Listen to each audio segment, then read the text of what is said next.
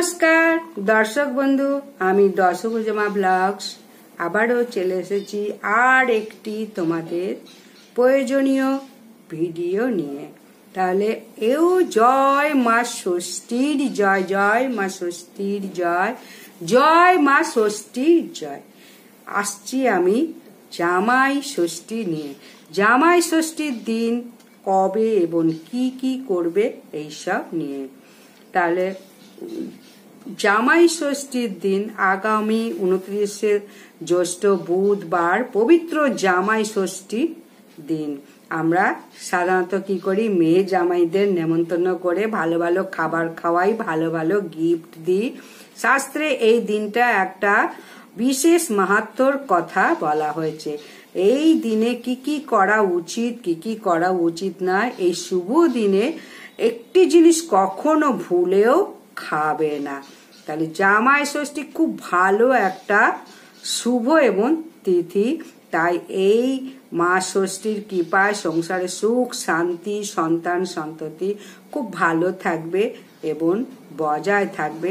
জামাই ষষ্ঠীর বিশেষ মাহাত্ম্য কথা আজকে শোনাবো এবং বিশেষ খাবার এই দিনে করা উচিত না বা খাওয়া উচিত না, কি কি করা উচিত, কি কি করা উচিত না, এই পর্বে আমি সমস্তটা আলোচনা করছি। তাহলে জামাই ষষ্ঠী তো খুবই আসন্ন। আশা করছি প্রত্যেকে যাদের বাড়িতে মেয়ে আছে বা ছেলে আছে, জামাই ষষ্ঠী কেউ যাচ্ছ কেউ আসছ। মেয়ে হলে বাড়িতে আসছে, ছেলে হলে শ্বশুর বাড়ি যাচ্ছে। এই হচ্ছে আদান প্রদানের দিন। তাহলে কমেন্টে অবশ্যই একবার হলে মা ষষ্ঠীর জয় এই কথাটি লেখো। এই যে দাম্পত্য জীবন একটা খুব জটিল জিনিস। দুটো নদী যখন দুই দিকে চলছে তখন একত্রে হয়ে চলার নামই দাম্পত্য জীবন। এই একত্রিত হয়ে প্রতিশ্রুতিবদ্ধ করে, এটাই হলো দাম্পত্য জীবন। এটা কিন্তু খুব অতি সাধারণ নয়। একটু ভুলভাল হলেই বিশাল যন্ত্রণা, কষ্ট, দুঃখ হয়ে যেতে পারে। তাহলে যদি প্রত্যেকের সংসার সুখের হয়, একটা কথা আছে রমণীর গুণে সংসার সুখের হয়, অবশ্যই রমণীর গুণে। কিন্তু যে পরিবারে রমণীকে কষ্ট দেওয়া হয়, রাজায় যেমন রাজ্য শাসন করে, রাজায় করেছে রাজ্য শাসন, আর রানী সেই আবার রাজাকে শাসন করে। তাহলে রাজাকে শাসন করছে কে? রানী। তাই প্রত্যেকে যারা স্ত্রীরা প্রকৃত লক্ষ্মী। তাই ভগবানের স্ত্রী মা লক্ষ্মী দেবীও স্ত্রী।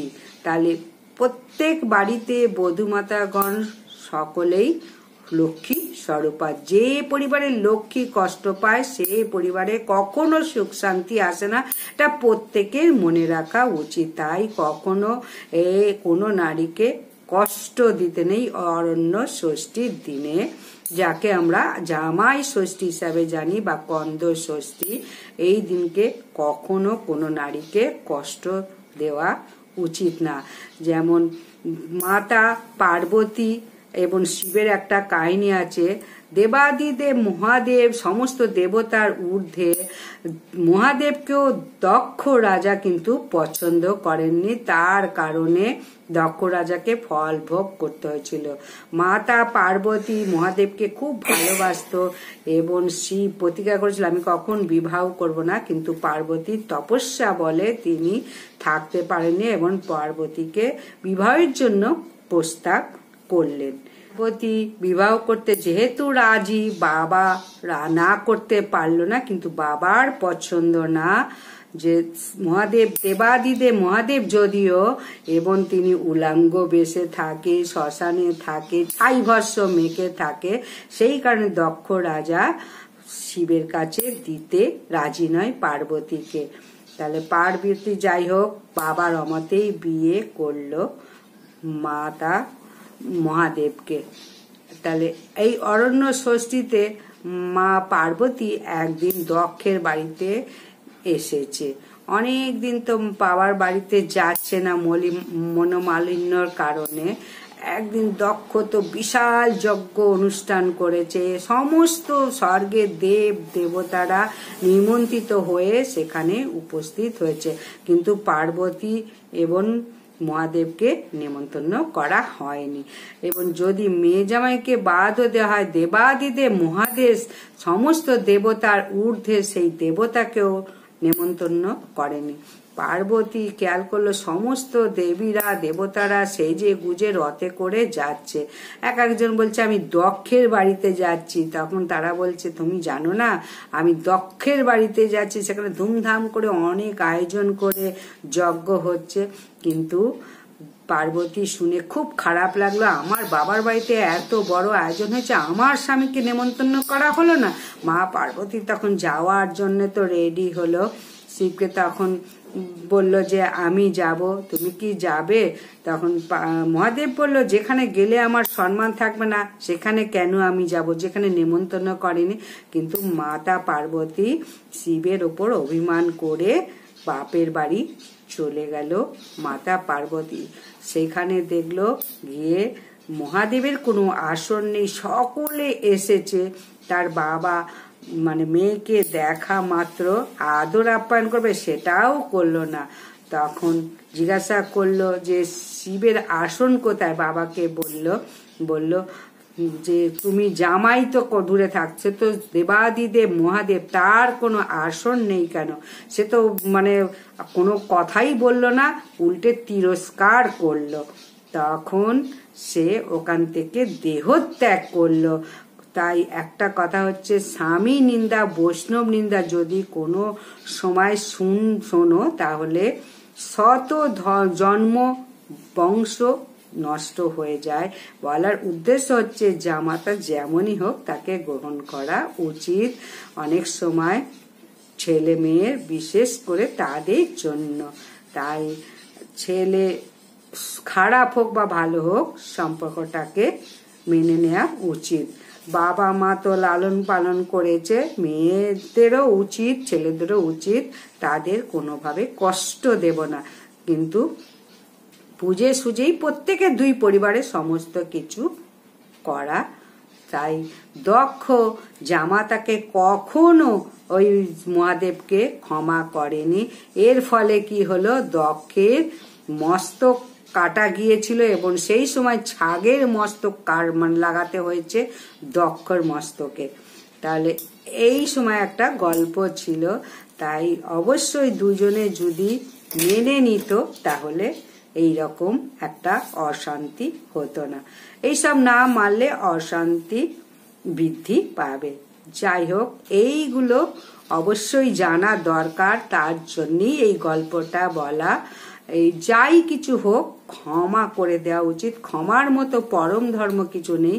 মানুষ রেগে যেতে পারে, কিন্তু সে প্রকৃত বলশালী যার মধ্যে ক্ষমার যোগ্য রয়েছে বা ক্ষমা করতে পারে, সেটাই হলো প্রকৃত প্রকাশ। তাহলে অরণ্য ষষ্ঠীর বিশেষ মাহাত্ম্য কথা শ্রবণ করব, আর কি কি কাজ করবে কি কি কাজ করবে না। এরপর জানবো প্রথমে অরণ্য সৃষ্টির তিথি, মূল তিথি কখন শুরু হচ্ছে। পবিত্র তিথি আগামী 11ই জুন মঙ্গলবার সন্ধ্যা 6টা থেকে 12ই জুন সন্ধ্যা 6টা 26 পর্যন্ত থাকবে অরণ্য ষষ্ঠী বা জামাই ষষ্ঠী। তাই উদয় তিথি মেনেই মানে জামাই ষষ্ঠী বুধবারেই পালন করতে হবে ধুমধাম করে, জামাইদের নেমন্তন্ন করে। জ্যৈষ্ঠ মাসের শুক্লপক্ষের এই তিথিতে জামাই ষষ্ঠী বা অরণ্য ষষ্ঠী নামেই খ্যাত। আর জ্যৈষ্ঠ মাস তো রসালো মাস, অনেক রকম রসালো ফল পাওয়া যায়। জামাইকে এই রসালো ফল দিয়ে ভোজন করানো হয়। আর এই দিনে যারা উপবাস করবে তাহলে তাদের খুবই মঙ্গল হয়। তাহলে এই দিনে ব্রত করলে কি মঙ্গল হয়, অরণ্য ষষ্ঠীর ব্রত কথা ভালো করে শ্রবণ করো। এই দিনের ফল মা ষষ্ঠীর কৃপায় একটু হলেও ফল লাভ করবে। একটি বামুনের এক ছেলে এবং 3টে বউ ছিল। ছোট বউয়ের খাবারের ওপর খুব লোভ ছিল, ঘরের খাবারের উপর সমস্ত জিনিস যা ছিল খেয়ে নিত আর পোষা একটা কালো বিড়ালের উপর চাপিয়ে দিত। বিড়ালটা ছিল মা ষষ্ঠীর বাহন, সে রোজ মা ষষ্ঠীকে চুরি করে খাওয়ার কথা বলে দিত, কিন্তু ছোট বউ নিজের কথা কখনো স্বীকার করতো না। সব সময় যাই খেত বলতো কালো বিড়াল খেয়েছে। বাড়িতে যেই যাই জিজ্ঞাসা করতো কে খেয়েছে, না ওই কালো বিড়ালটা খেয়েছে, কখনো নিজে স্বীকার করতো না। এই সময় এমন সময় জ্যৈষ্ঠ মাসের শুক্লপক্ষে অরণ্য ষষ্ঠীর দিন ব্রাহ্মণী ব্রত করবে আনন্দ উৎসাহ ভাবে। পুজোর জন্যে ব্রাহ্মণী নিজের হাতে পায়েস, মিষ্টি, ক্ষীর, নাড়ু তৈরি করে এবং ছোট বৌমাকে বললো আমি স্নানটা সেরে আসি, তুমি ততক্ষণে এখানে বসো, যেন ওই কালো বিড়ালটা এসে কোনো কিছুতে মুখ না দেয়। ব্রাহ্মণী তো স্নান করতে চলে গেল। এদিকে ভালো ভালো খাবার দেখে ছোট বউ লোভ সামলাতে পারলো না, দই, মিষ্টি, পায়েস, ক্ষীর যা যা পারলো তাড়াতাড়ি খেয়ে নিয়ে বিড়ালের মুখে একটু লাগিয়ে দিল। এদিকে ব্রাহ্মণী এসে দেখলো খাবারগুলো সব কে খেয়ে ফেলেছে। ব্রাহ্মণী তখন জিজ্ঞাসা করলো, ও বৌমা, এই পুজোর মিষ্টিগুলো কে খেয়ে ফেললো, খাবারগুলোই বা কে খেলো? ছোট বউ বললো, কি জানি, আমি একটু অন্যমনস্ক হয়েছিলাম, সেই সময় মনে হয় বিড়ালটাই সব খেয়ে নিয়েছে। ওই দেখুন ওর মুখে সব লেগে রয়েছে, তাহলে ওই বিড়ালটাই খেয়েছে। এই করে ছোট বউ বিড়ালটাকে দু চারগা মেরেও দিল। এবার আবার ব্রাহ্মণী আবার ব্যবস্থা করলো সমস্ত কিছু কিনে কেটে। বিড়ালটা কাঁদতে কাঁদতে বনে অরণ্য ষষ্ঠীর কাছে গিয়ে সমস্ত কথা বলে দিল। অরণ্য ষষ্ঠী বলে, আমি সমস্ত কিছু জানি, তোমাকে বলতে হবে না। এইভাবে দেখলো যে ছোট বউয়ের একটা সন্তান সম্ভব হলো, একটা ফুটফুটে ছেলেও হলো, একটু সন্তান মানে ফুটফুটে ছেলে হলো। ব্রাহ্মণী সেই বাচ্চাটাকে দেখে খুব খুশি হলো এবং গরিবদের দান ধ্যান করতে লাগলো। ছোট বউ ছেলেকে কোলে নিয়ে রাতে নিশ্চিন্তি হয়ে নিদ্রা যাচ্ছিল, কিন্তু হায় সকালবেলা ঘুম ভেঙে দেখে তার ছেলে তার কাছে নেই। শাশুড়ি ও বউয়ের মুখ দেখে খুব চিন্তায় পড়লো, চারিদিকে খোঁজাখুঁজি করতে পাঠিয়ে দিল, কিন্তু কোথায় ছোট বউয়ের ছেলেকে পাওয়া যাচ্ছে না। তখন ছোট বউয়ের এইভাবে 7টি ছেলে এবং 1টি মেয়ে হলো, সব কটি হারিয়ে গেল। রাত্রিরে ছেলে নিয়ে শুতে, আর সকাল হলেই ছেলে পাওয়া যেত না। এইভাবে পাড়া লোকেরা বলতে লাগলো, ছোট বউ মানুষ নয়, নিশ্চয়ই রাক্ষসী, ছেলেগুলোকেও সে খেয়ে ফেলে, না হলে বাচ্চাগুলো গেল কোথায়? একে একদম বাড়িতে রাখা উচিত না, একে বাড়ি থেকে তাড়িয়ে দেওয়া উচিত। পাড়া লোকের সমস্ত কথা ছোট বউয়ের কানে গেল, আর সে সহ্য করতে পারলো না। একদিন নিজের বাড়ি ছেড়ে বনে গিয়ে কাঁদতে কাঁদতে বললো, আমার একই হলো মা ষষ্ঠী, আমার 7টি ছেলে এবং 1টি মেয়ে দিয়েও তুমি কেড়ে নিলে, আমাকেও তুমি কেড়ে নাও, আমি আর একদিনও বাঁচতে চাই না। ছোট বউ এইভাবে আক্ষেপ করতে দেখে মা অরণ্য ষষ্ঠীর দয়া হলো এবং তিনি এক বুড়ি রূপ ধরে তার কাছে আসলো এবং বলছে, তুমি এই বন বাজারে একলা বসে কাঁদছো কেন? তখন ছোট বউয়ের সমস্ত ঘটনা মা ষষ্ঠীকে বললো, বলে, ওরে বেটি, আসল কথাগুলো তুই সব লুকিয়ে রাখলি কেন? তুই যে লুকিয়ে লুকিয়ে সমস্ত কিছু ভালো ভালো খাবারগুলো খেয়ে নিয়ে শাশুড়ির কাছে কালো বিড়ালের নামে দোষ দিতি, তাতে তোর কোনো লজ্জা হতো না, সেই কারণে আজ তোর এত দুর্দশা। তখন ছোট বউ বুড়ির পায়ে উপর পড়ে কাঁদতে কাঁদতে বলো, তুমি কে মা? কেমন করে তুমি আমার সব কথা জানতে পারলে? আমায় দয়া করো, তা না হলে তোমার পা আমি ছাড়বো না। মা ষষ্ঠী ছোট বউয়ের কাতরানি দেখে বলতে লাগলো যে, আমি সেই ষষ্ঠী, পৃথিবীতে যে যা করে আমি সব জানতে পারি। ছোট বউ তখন বলল, মা, আমি খুব অন্যায় করেছি, আমার পাপের শেষ নেই, আজ যখন দয়া করে আমায় দেখা দিয়েছো তখন তুমি আমায় রক্ষা করো, তুমি যা বলবে আমি তাই করব।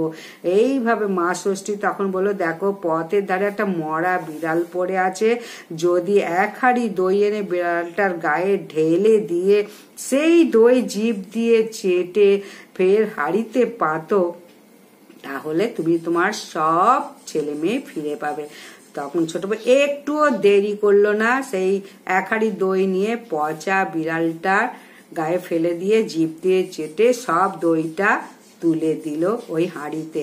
এইভাবে মা ষষ্ঠীকে দেখালো এবং মা ষষ্ঠী তখন ছোট বউয়ের ছেলে মেয়ে নিয়ে দাঁড়িয়েছিল।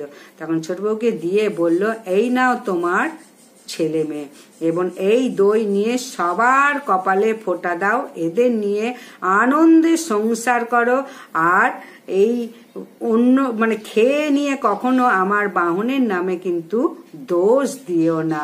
আর যদি কাউকে এইরকম বলো যে মা ষষ্ঠীর দাস, ষাট ষাট বলবে।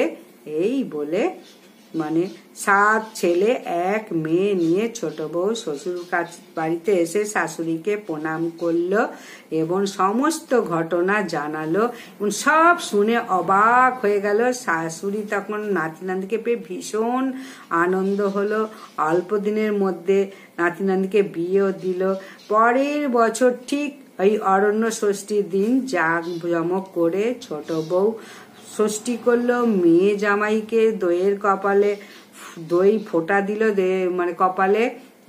সেই থেকে অরণ্য ষষ্ঠী বা জামাই ষষ্ঠী ব্রত শুরু হলো। এইভাবেই জামাই ষষ্ঠী বা অরণ্য ষষ্ঠী প্রচার হলো। তাহলে এই দিনে মা অরণ্য ষষ্ঠী বিশেষ করে জামাইকে ভালো ভালো করে খাবারে দেওয়ার জন্য নয়, সংসারে মঙ্গল কামনার জন্য, যাদের পুত্র সন্তান নেই তারা যদি এই দিন ব্রত করে মা ষষ্ঠীর কৃপায় তাদের সমস্ত সন্তান সন্ততি হবে। যাদের পুত্র অমঙ্গল হয়েছে, অকাল মৃত্যু হয়েছে, তারাও কিন্তু দীর্ঘায়ু কামনা করে এবং সুখী হয় এই মা অরণ্য ষষ্ঠীর কৃপায়। তাহলে এই দিনে কোন কোন কাজ করা উচিত? সংসারে মঙ্গলের জন্য অবশ্যই কোনো মন্দিরে গিয়ে পূজা দিতে পারছো না, তখন এই শুভ দিনে ভগবান বিষ্ণুর বিশেষভাবে পুজো দাও এবং বসে কিছু প্রণাম দিতে পারো। সন্তানদের নিয়ে মন্দিরে মন্দিরে প্রসাদ খেয়ে আসো। এই দিনকে মন্দিরে গিয়ে প্রসাদ খাওয়াও কিন্তু সৌভাগ্যের কৃপা লাভ করবে। মন্দিরে গিয়ে প্রসাদ যেমনই হোক অবশ্যই অরণ্য ষষ্ঠীর দিন পুজো দিয়ে একটু প্রসাদ খেয়ে এসো। আর এই শুভকালে অবশ্যই গঙ্গা স্নান করবে ভোরবেলা উঠে। যে ব্যক্তি এই গঙ্গা স্নান করে তার জন্ম জন্মান্তরে পাপ ক্ষয় হয়ে যায়, কষ্ট বিনাশ হয়ে যায় এবং সমস্ত সুফল লাভ করে। নদীতে যদি স্নান করতে পারো ভালো, তা নাহলে বাড়িতেই গঙ্গা জলে স্নান করে গঙ্গা গঙ্গা করে স্নান করো। যে ব্যক্তি স্নানের সময় গঙ্গার নাম করে তাহলে সহস্র ফল লাভ করে। তাহলে গঙ্গা স্নানও করা অজস্র ফল পাওয়া যায়। আর এই দিনে জামাইকে নেমন্তন্ন করলে ঠিক আছে, মেয়ে জামাই দুজনেই আনন্দ লাভ করবে, দুজনকেই উপস্থিত থাকা উচিত এই শুভ দিনে। আর একটা বিষয় হচ্ছে এই দিনে অবশ্যই স্নান করে পবিত্র দিনে জামাই ষষ্ঠীর দিনে মেয়ে জামাইকে বাড়িতে শুধু আনলে হবে না, বিশেষভাবে তাদেরকে এনে ঠাকুরের পুজো দিন এবং প্রকৃত মঙ্গল হবে যখন শুভ দিনে ঠাকুরের পুজো করবে, ভগবানের পুজো করবে, কৃপা প্রার্থনা করবে সংসারের মঙ্গলের জন্য। তখনই ভগবানের কৃপা বর্ষিত হয় এবং এর ফলে সমস্ত অমঙ্গল দূরীভূত হয়। তাই প্রত্যেকে বিশেষ করে ঠাকুরের পুজো দাও এবং সেই প্রসাদ সকলকে দাও। ঠাকুরের কোন খাবারটা খাবে না, ঠাকুরের প্রসাদ বিহীন কোনো খাবার খাবে না। আর যে খাবারটা ভুলেও খাবে না, ঠাকুরের প্রসাদ বিহীন কোনো খাবার গ্রহণ করবে না। তাহলে এই দিনে অবশ্যই ভগবানের অন্নপ্রসাদ হলে ভালো, যদি নাও পারো ভালো ভালো পদ রান্না করে নিজেরাই ভক্ষণ করো। কিন্তু শ্রীমদ্ ভগবদ গীতায় কি বলেছে? যে ব্যক্তি আমাকে না দিয়ে গ্রহণ করে তাকে চোর বলে গণ্য প্রদান করা হয়। তাই এই দিনে ভগবানকে ভোগ দিয়ে সেই ভোগ সকলে গ্রহণ করো, তাহলে সংসারে শান্তি বজায় থাকবে। অবশ্যই বিকালবেলাও যদি মন্দিরে গিয়ে পুজো দিয়ে মানে প্রসাদ অবশ্যই খেয়ে এসো। তাহলে এই দিনে অবশ্যই কোনো প্রাণীকে কিন্তু হত্যা করো না। যাই হোক, আজকের দিনে তো সকলেই আমিষ নিরামিষ দুটোই খাওয়া চলে, কিন্তু যে পুজো দেবে সে কখনো আমিষ খেও না, সে কিন্তু ওই দিনের জন্য নিরামিষ খাও। বিশেষ করে জামাইকে যখন বরণ করছো শাশুড়ি মায়ের, ওই দিনকে নিরামিষ খাওয়া অবশ্যই উচিত। এবং যাদের পুত্র সন্তান কন্যা সন্তান যাদের সন্তান সন্ততি রয়েছে তারা এই ষষ্ঠী অবশ্যই করো সন্তানের মঙ্গলের জন্য।